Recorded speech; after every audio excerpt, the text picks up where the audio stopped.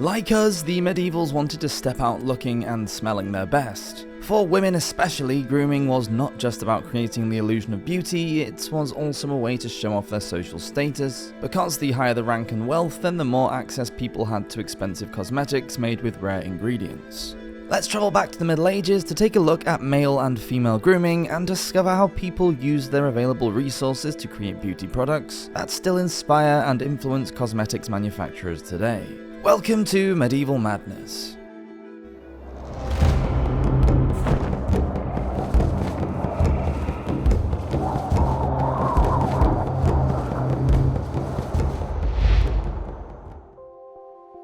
The beautiful people.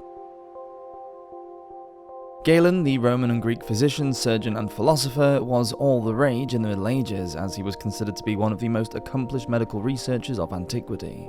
His influence could be felt everywhere, in anatomy, neurology, logic, physiology, and most importantly for this video, pharmacology. He was so influential that some of his treatments, such as bloodletting, continued well into the 19th century. Galen was very unhappy about the crossover between medical treatments and cosmetics, stating, quote, "The object of the cosmetic part of medicine is to produce an enhancement of beauty, while the object of the decorative part is to preserve everything natural in the body that is naturally accompanied by beauty.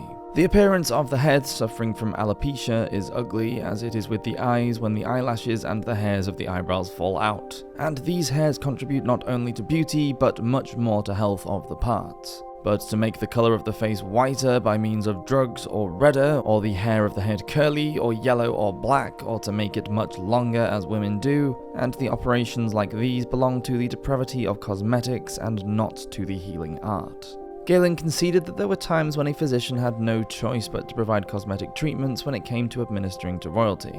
He even had some of his own recipes for curing baldness and colouring hair for his royal patrons. All the pretty faces.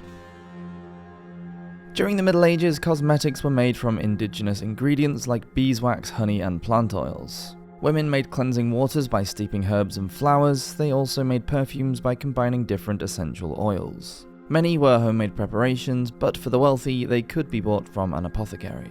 The 12th century Trotula, a medieval set of texts dealing with women's medicine and written in Italy, also happily blends medicine with the pursuit of beauty. It has several recipes for makeup and various remedies for ailments that might befall a woman through everyday living, such as fissures on the lips caused by, quote, "the excessive embraces of their lovers and their kisses with their lips rubbing between them. We treat these women with an ointment made of fleawort or with the unguent made from lily." Likewise, there are other women who suffer fissures caused by the air and the wind and similar causes. For these, then, we anoint the lips with honey and sprinkle on powdered Greek pitch. For removing the wrinkles of wrinkled old women, the Trotula recommends the use of, quote, "stinking iris that is gladden and extract its juice, and with this juice anoint the face in the evening. And in the morning the skin will be raised and it will erupt, which rupture we treat with the above mentioned ointment, in which root of lily is employed. And first pulling off the skin, which after the rupture has been washed, it will appear very delicate." It sounds like a similar sort of process to the peel-off masks that are used today. It's advised that when freckles occur on the face by accident, a mixture of bistort, cuttlefish bones, and frankincense can be smeared on in the morning before rubbing them with rosewater of bran or breadcrumbs until the freckles are removed. Breadcrumbs and bran were often added to water, scented with herbs, and used on the face as an exfoliant or face scrub. Sometimes the mixture was spread on the face and left on as an overnight face mask. Women strived to have the whitest complexion. It was an indication of their status, as only women who worked outside would have a tanned appearance. The Trotula suggested using leeches to bleed a woman who wanted to remove the redness from her face by placing the parasitic worms around the nose and ears on both sides. If the complexion became too pale, then a blusher was needed to add a little colour to the cheeks, and this could be made with powdered briny root. A paste of eggshells softened with vinegar and combined with mustard, ginger, and ground lily root was one of the safer concoctions, as many whitening foundations were lead-based and caused poisoning to the body with adverse side effects. Lotions like the moisturizers that we use today were popular. They were usually made with some kind of animal fat, perhaps left over from cooking. Animal tallow contains a lot of vitamin E, which is often used in modern skincare products. The grease was usually mixed with a scent to give it a more pleasing aroma, like sweet violet, rose, or mastic, a resin that came from a tree grown on the Greek island of Chios. Also known as Tears of Chios, during the Ottoman Empire, the Sultan sent the finest mastic crop to his harem, and the penalty for stealing the resin was execution. Not a hair out of place. For noblewomen who wanted to get rid of body hair, a decoction could be made using toxic quicklime and the equally hazardous orpiment or yellow arsenic blend, and then mixed with mastic, frankincense, cinnamon, nutmeg, and clove to make it smell sweet.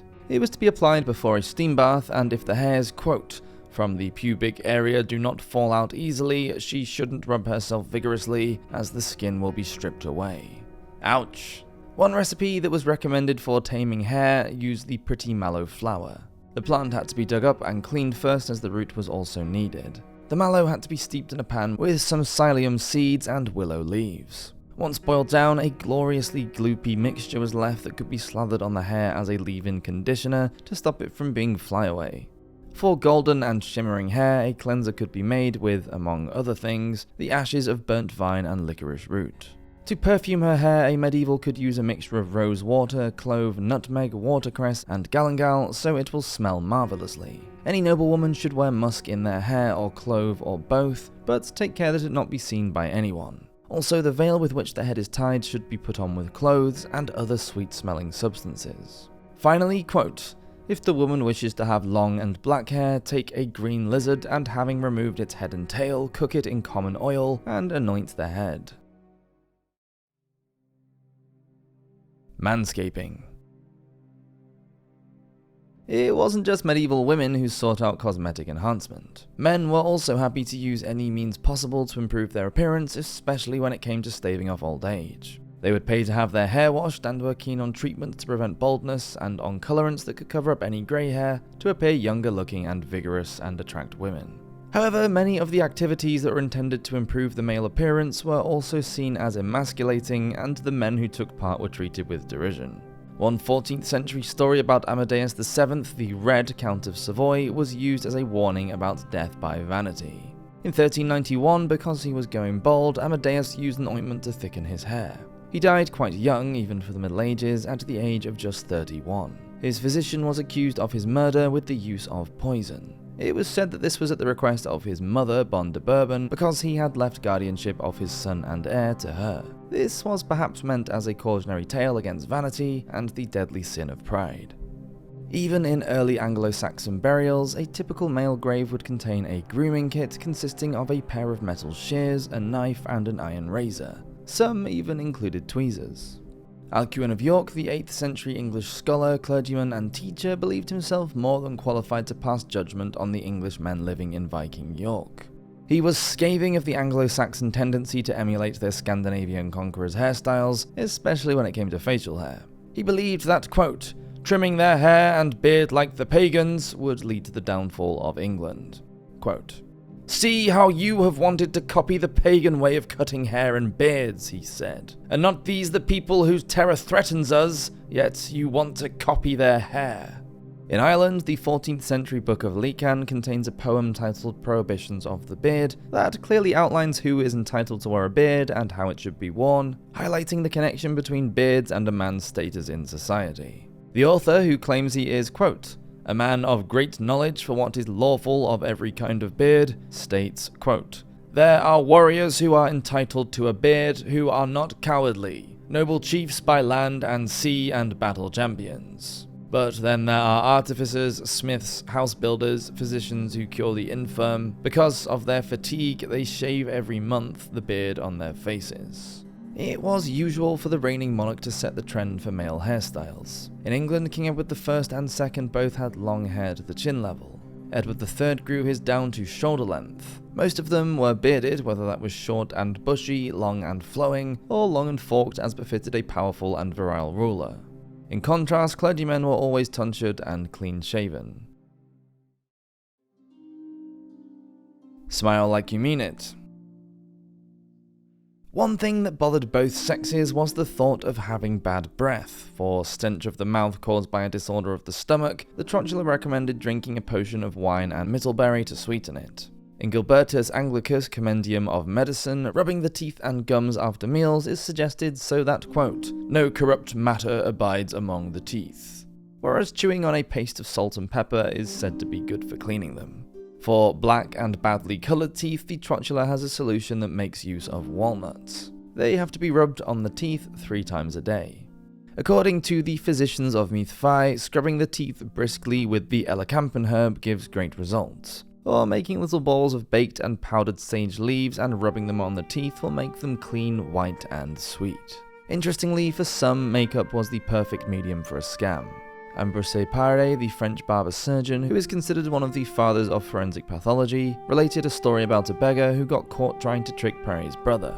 He said, quote, the beggar sat in front of a church. His face was covered with large pustules made of a certain strong glue and painted in a livid reddish fashion approximating the colour of lepers. And he was very hideous to see, thus out of compassion everyone gave him alms. The artful impostor tightened from beneath his cloak a rag which he had wrapped around his neck, so as to make the blood mount to his face. After removing the rag, the surgeon washed his face with warm water, which caused all his pustules to become detached and to fall off.